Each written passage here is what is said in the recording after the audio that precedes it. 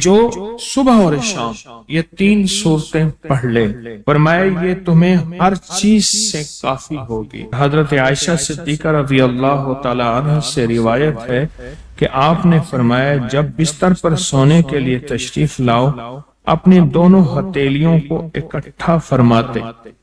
آپ جب بستر پہ سونے کے لیے تشریف لاتے اپنی دونوں ہتھیلیوں کو اکٹھا کرتے۔ اب آپ دیکھیں یہ عمل ہے۔ ایک بندہ کہتا ہے کہ ہتھیلیوں کو اکٹھا کرنے کی کیا ضرورت ہے، ایسے ہی پڑھ لے۔ یہ ابکری والے یہ عمل کہاں سے لے آئے ہیں؟ اس کی ناواقفیت ہے، اس کے علم کی کمی ہے۔ جو عمل میرے کملی والے نے فرمایا اب مجھے کسی دلیل کی ضرورت نہیں ہے، یا ہے کسی حوالے کی، کسی ثبوت کی نہیں ہے۔ جو میرے حضور نے فرمایا بس حق ہے، حق ہے اور حق ہے۔ تو فرمایا کہ آپ اپنے دونوں ہتھیلیوں کو غور سے توجہ کریں، اکٹھا فرماتے جیسے ہم دعا کے لیے جمع کرتے ہیں ہتھیلیاں، دعا مانگتے ہیں نا، ایسے میرے حضور اپنی دونوں ہتھیلیوں کو اکٹھا فرماتے، پھر 3 صورتیں پڑھتے۔ قل هو اللہ احد، سورۃ فلق، قل اعوذ برب الفلق اور قل اعوذ برب الناس، پھر پڑھ کر ان دونوں ہاتھوں پر دم کرتے اور پھر پر اپنے سر نمبر 1، دوسرا چہرہ نمبر 2 اور اپنے جسم کے اگلے حصے پر جہاں تک ہاتھ پہنچے اس طرح 3 دفعہ کرتے تھے۔ آج میں اس کا ایک راز بتاتا ہوں، لیکن پہلے عمل کو غور سے سن لیں۔ آپ دعا کے لیے ہاتھ جیسے کرتے ہیں سوتے ہوئے ویسے کریں گے، کر کے ایک بار قل هو اللہ پوری سورت، ایک بار سورۃ فلق پوری سورت اور ایک بار سورۃ الناس پوری سورت۔ ٹھیک ہے، پڑھ لی، ہتھیلیوں پہ دم کیا۔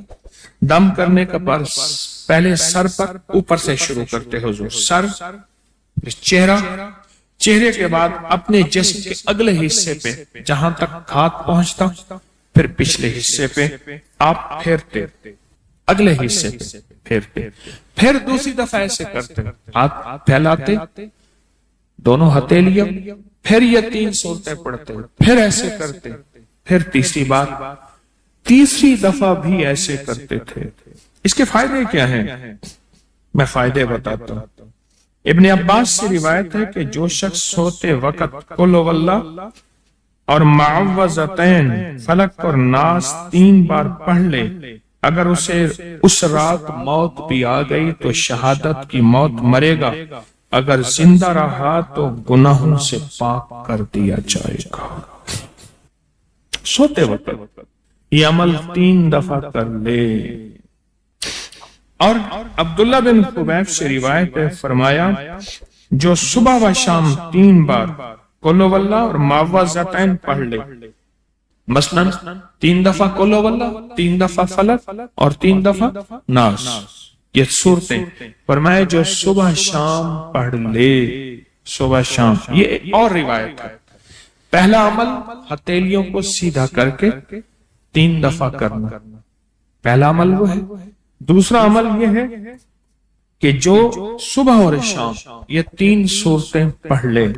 اب اس کے کمالات سنیں، فرمایا یہ تمہیں ہر چیز سے کافی ہوگی، بس اب تمہارے لیے اللہ کافی ہو گئے۔ اب تمہیں کسی چیز، کسی پریشانی، کسی دکھ، کسی تکلیف، کسی ناکامی، کسی مصیبت کو انشاءاللہ آنکھوں سے نہیں دیکھو گے۔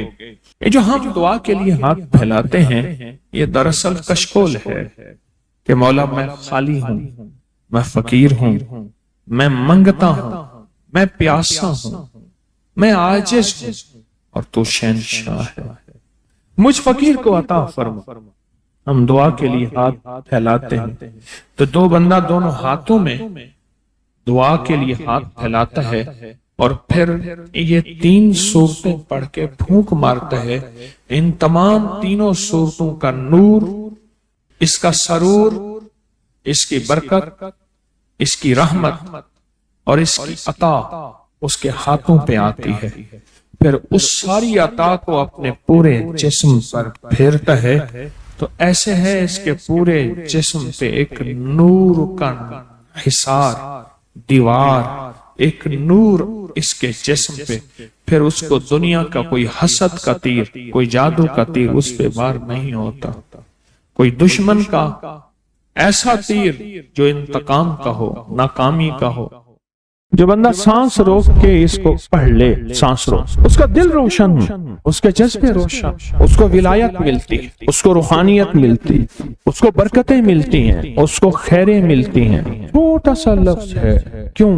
فرشتوں کی تبدیلی کا وقت ہے۔ عصر کے وقت جو بندہ عمل کرے گا اس کو 2 فرشتے ملیں گے، آنے والے بھی جانے والے۔ کسی بھی نماز میں 2 فرشتوں کی آمد نہیں ہوتی، ایک فجر میں اور ایک عصر میں، ایک آنے والے ایک جانے والے۔ آنے والے کہیں گے یا اللہ یا لا یجلیھا لوقتھا الا ہو، پڑھ رہا تھا، اللہ پاک فرمائیں گے اس کا جذبہ کیا تھا؟ یا اللہ اس کا جذبہ تھا دل روشن ہو جائے، زندگی روشن ہو جائے، اندھیروں سے نکل جاؤں، دل کی دنیا آباد ہو جائے، من کی دنیا آباد ہو جائے اور جذبوں کی دنیا آباد ہو جائے، یا اللہ یہ جذبہ تھا۔ اور ایک فجر کا وقت ہوتا ہے جس فجر کے وقت میں یہ 2 چیزیں تبدیلیاں ہوتی ہیں۔ عصر کے وقت ایک اور بھی فیصلہ ہوتا ہے، وہ اولاد اور نسلوں کا فیصلہ ہوتا ہے۔ یہ میری بات یاد رکھیے، اولاد اور نسلوں کا فیصلہ عصر کے وقت ہوتا ہے۔ اس لیے فرمایا جو بندہ عصر کے وقت یا رحمان پڑھے، میں جو بندہ عصر کے وقت 11 بار یا رحمان پڑھے گا، کیا پڑھے گا؟ صرف 11 بار یا رحمان پڑھے گا عصر کے وقت، اللہ اس کی نسلوں کے فیصلے فرماتے ہیں۔ بڑی قیمتی بات، نسلوں کے فیصلے فرماتے ہیں، نسلوں، اللہ اس کی نسلوں کے فیصلے۔ اس وقت بے اولادی بڑھ رہی ہے، بہت بڑھ رہی ہے، حد سے زیادہ بڑھ رہی ہے، بے اولادی بہت بڑھ رہی ہے اور حد سے زیادہ بڑھ رہا ہے۔ اللہ اس کی نسلوں کے لیے فیصلے فرماتا ہے۔ دیکھیں اللہ نے 2 چیزوں کو فرمایا ہے کہ تم ان کو پسند بھی کرتے ہو اور اس پہ تمہیں فخر بھی ہے، المال والبنون، ایک مال اور ایک بیٹے۔ یہ تمہارے لیے 2 چیزیں پسندیدہ ہیں، مال اور بیٹے۔ فجر کے وقت مال ملتا ہے، عصر کے وقت بیٹے ملتے ہیں۔ عجیب بات، فجر کے وقت کیا ملتا ہے بولے، اور عصر کے وقت، اچھا فجر اور عصر کی تقسیم ہے، عجیب تقسیم ہے۔ عصر کے وقت طلسمات بہت ٹوٹتے ہیں، تو بہت ٹوٹتے ہیں، بندشیں بہت ٹوٹتی ہیں، کیونکہ عصر کا وقت اصل میں بڑا نازک ہے۔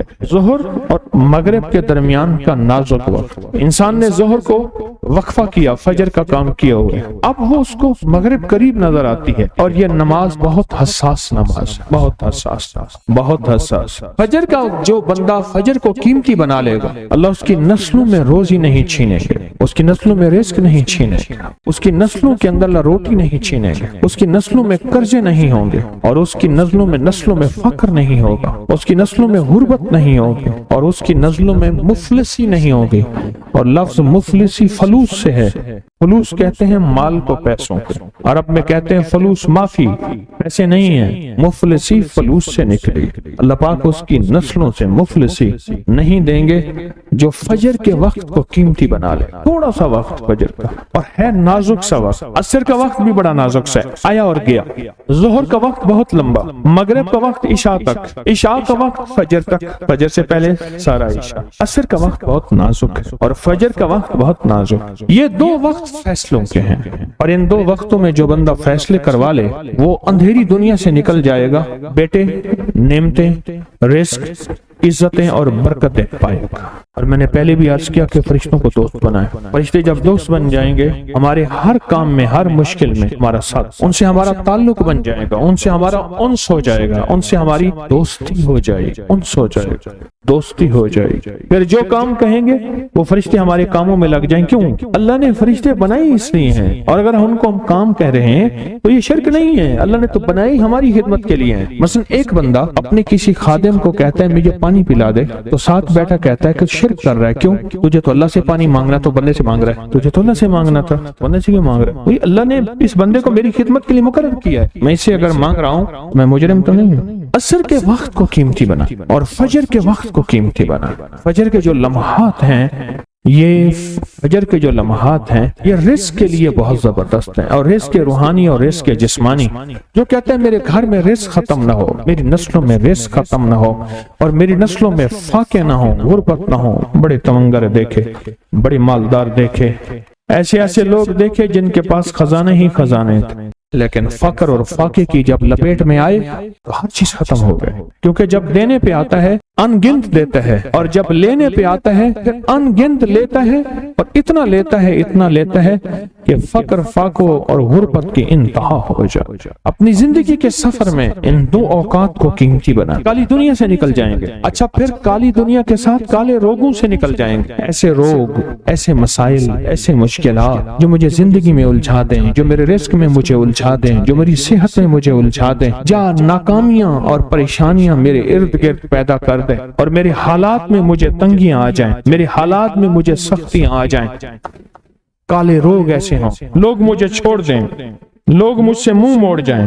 مجھے چھوڑ دیں، مجھ سے منہ موڑ جائیں، اور بیماریاں ایسی ہوں، چھوٹی سی بیماری ہو، چھوٹی سی، دو لمحے ہیں، دو وقت ہیں، ایک عصر کا وقت اور ایک فجر کا وقت، ان دو لمحوں اور دو وقتوں میں اپنی زندگی کا تھوڑا سا فارغ کریں، تھوڑا سا فارغ کریں۔ کالی دنیا یوں گئی، کالے لوگ یوں گئے، کالے روگ یوں گئے، چل ہر چیز گئی، ختم، ہر چیز ختم ہو، ہر چیز گئی، اور زندگی میں چین، سکون، راحت، رحمت، عزت، برکت اور سکون اور خوشیاں خوشحالیاں اور خوشیاں خوشحالی۔ اگر ہمارا دل روشن ہو جائے تو ہم اندھیرے کے سفر سے نکل آئیں۔ اس کے لیے کام کریں۔ دو وقت ایسے ہیں جن میں فرشتے آتے ہیں، دو وقت ایسے ہیں جن میں فرشتے آتے ہیں، ایک وقت فجر کا ہے، ایک وقت عصر کا ہے۔ یہ دو وقت ایسے ہیں جو فرشتوں کی حاضری کا وقت ہے۔ جو عصر کو آتے ہیں فرشتے، ان کی خدمت جو تبدیل ہوتی ہے وہ پھر فجر کو ہوتی ہے، جو فجر کو آتے ہیں ان کی خدمت تبدیل ہوتی ہے وہ عصر کو ہوتی ہے۔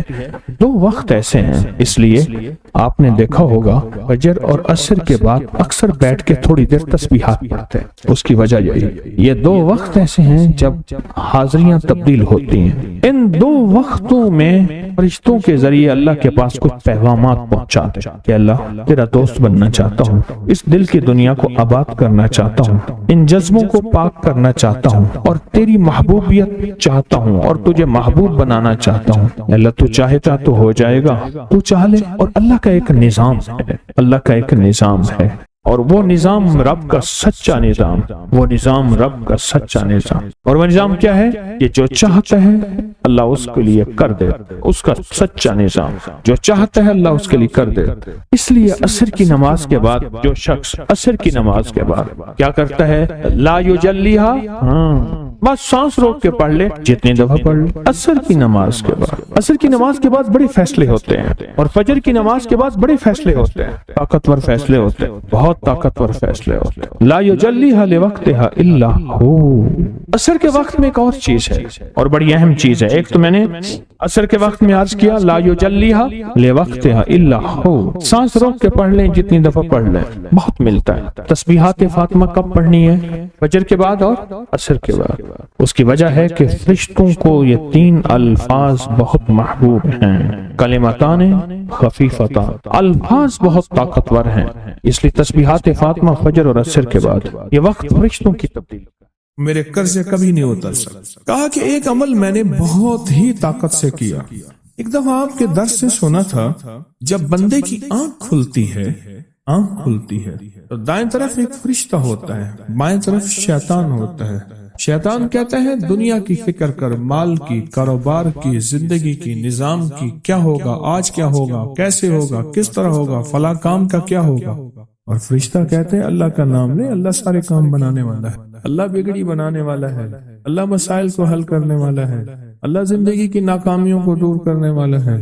اور کہا کہ بندہ اگر اللہ کا نام لے لیتا ہے تو پیشانی پہ ایک لفظ لکھا جاتا ہے جس کو غنی کہتے ہیں، اور اگر بندہ اللہ کا نام نہیں لیتا تو پیشانی پہ ایک لفظ لکھا جاتا ہے جس کو فقر کہتے ہیں، جس کو میرا رب فقیر کر دے کائنات کی طاقت اس کو غنی نہیں کر سکتی، جس کو میرا رب منگتا کر دے کائنات کی کوئی بندہ، امیر، رئیس، بادشاہ اس کو دے نہیں سکتا۔ کہا کہ میں نے اس پہ عمل کیا، اور اس پہ عمل کے ساتھ میں نے یہ عمل شروع کیا جس کو بیٹی والا عمل کہتے ہیں، سوتے ہوئے۔ اعوذ باللہ من الشیطان الرجیم، بسم اللہ الرحمن الرحیم، لا حول ولا قوت الا باللہ العلی العظیم۔ یہ 11 دفعہ پڑھنا۔ کہا کہ میں نے یہ 11 دفعہ عمل شروع کر دیا، اور کچھ عرصے میں میرے اسباب پیدا ہوئے، میرے قرضے کیسے اترے؟ میں حیران ہوں۔ کہا کہ پہلے اتر جاتے تھے، پھر چڑھ جاتے تھے، پھر اتر جاتے تھے، پھر اور کبھی آج تک پورے نہیں اترے تھے۔ اب صورتحال یہ ہے کہ اللہ پاک نے اتنا دیا ہے کہ بہن بھائیوں کے ساتھ، رشتہ داروں کے ساتھ، پڑوسیوں کے ساتھ میرا معاملہ وسیع القلبی کا ہے۔ اللہ نے اتنا دیا ہے کہ میں ان کو دیتا ہوں، گھر والوں کو بھی، اپنے آپ کو بھی، صرف اس عمل کی وجہ سے۔ اور کہا میرا دل مانتا ہے، پہلے میرے ماتھے پہ فخر لکھا تھا، میرے باپ کے ماتھے پہ فخر لکھا تھا، اس کے باپ دادا کے ماتھے پہ فخر لکھا تھا۔ اس عمل کی وجہ سے اللہ نے فخر مٹا کے مجھے غنی کر دی، اس عمل کی وجہ سے۔ چھوٹا سا سوتے ہوئے جب اٹھے، پاک ناپاک، وضو بے وضو، جس حالت میں ہیں، سوتے ہوئے اسی وقت سوتے ہوئے آنکھ کھلتے ہی کلمہ پڑھ کے یہ اعوذ باللہ من الشیطان الرجیم بسم اللہ الرحمن الرحیم لا حول ولا قوت الا باللہ العلی العظیم، یہ پڑھنا ہے 11 بار پڑھنا۔ کہا کہ اس عمل نے مجھے غنی کر دیا، اس عمل نے مجھے غنی کر دیا۔ اور کہا میرا وجدان کہتا ہے، میرا دل کہتا ہے کہ میرے ماتھے پہ فخر لکھا تھا، میرے باپ کے ماتھے پہ فخر لکھا تھا کہ تو بھی فقیر رہے گا، تیرا بیٹا بھی فقیر رہے گا، اس کا باپ وہ بھی فقیر رہے گا، ہم نے تمہیں وسعت نہیں دینی، رزق وسیع نہیں کرنا، ہم نے تیری زندگی میں مشکلات لانی ہے، تیری نسلوں کی زندگی میں مشکلات، وہ ساری عمر ادھر پکڑ یوں کھینچتان زندگی گزر گئی۔ کہا کہ جب سے میں نے یہ عمل کیا، اللہ نے مجھے غنی کر دیا، اور لگتا ہے میری پیشانی پہ، اصل وہ کہنے یہ آیا تھا کہ سنا ہے آپ پیشانی پڑھ لیتے ہیں، سنا ہے آپ کے بارے میں کہ آپ کو پیشانی کی لکیروں پہ نظر آ جاتا ہے کہ یہ فقیر ہے یا غنی ہے، شقی ہے یا سعید ہے، بدبخت ہے یا نصیب والا ہے یا بخت والا ہے اور مقدر والا ہے۔ آپ مجھے یہ دیکھیں، کیا میری واقعی ایسا ہو گیا ہے کہ میرے مطابق تو میری پیشانی سے جو فقر تھا وہ ختم ہو گیا، اب غنا آ گیا ہے۔ اس کا اپنا خیال تھا، اس کا میرے بارے میں ایک اچھا گمان تھا، مجھے تو ایسا محسوس نہیں ہوتا کہ میں پڑھ لیتا ہوں۔ یقین جانیے یہ عمل ایسا ہے، بہت طاقتور عمل ہے، یہ عمل اتنا قوت والا ہے۔ کیوں؟ یاد رکھیں، میں نے آپ کو بتایا تھا جو ایک دفعہ بسم اللہ پڑھتا ہے کیا ہوتا ہے، اس کی رات بتایا تھا 10,000 نیکیاں، اور اس کے نامہ اعمال میں 10,000 برائیاں۔ نیکیاں ملتی ہیں، برائیاں ختم ہوتے ہیں، 10,000 درجات بلند ہوتے ہیں۔ یہ صرف ایک دفعہ بسم اللہ پڑھنے سے ہے، اور ایک بسم اللہ کے اور کمالات ہیں۔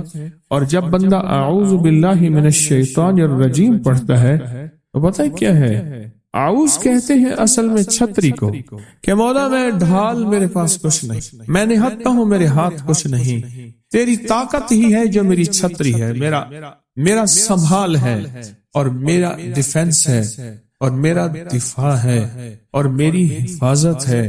مولا میری بس ہو گئی ہے، اب تو آ کے میری حفاظت کر، میرے بس میں نہیں ہے۔ کیوں؟ طاقتیں زیادہ ہیں، قوتیں زیادہ ہیں، جنات شیاطین ہیں، نہ وہ نظر آئے نہ ان کے وار نظر آئے۔ بندہ نظر آتا ہے نا تو بندے کے وار بھی ساتھ نظر آتے ہیں، وہ ہاتھ سے مار رہا ہے، لاٹھی سے مار رہا ہے، اینٹ سے مار رہا ہے، بندوق سے مار رہا ہے، خنجر تلوار سے مار رہا ہے۔ مولا اس کے تو نہ وار نظر آتے ہیں، نہ اس کے یا خود نظر آتا ہے۔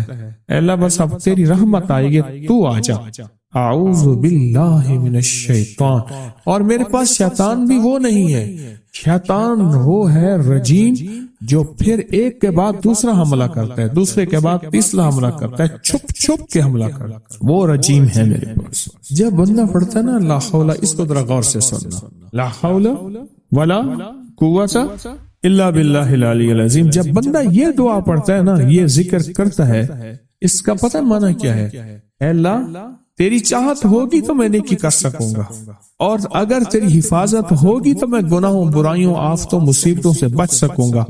اے اللہ اپنی چاہت کو قریب کر دے، میرے میں تیری چاہت کے قریب ہو جاؤں اور حفاظت کا نظام میرے ارد گرد کر دے، کیونکہ تیرے بغیر میں بچ نہیں سکتا، تیرے بغیر مصیبتوں سے، تکلیفوں سے، گناہوں سے، معصیت سے، خطا سے، لغزش سے اے اللہ بچ نہیں سکتا۔ اصل میں اس دعا میں اپنے آپ کو یہ سارا اللہ کے حوالے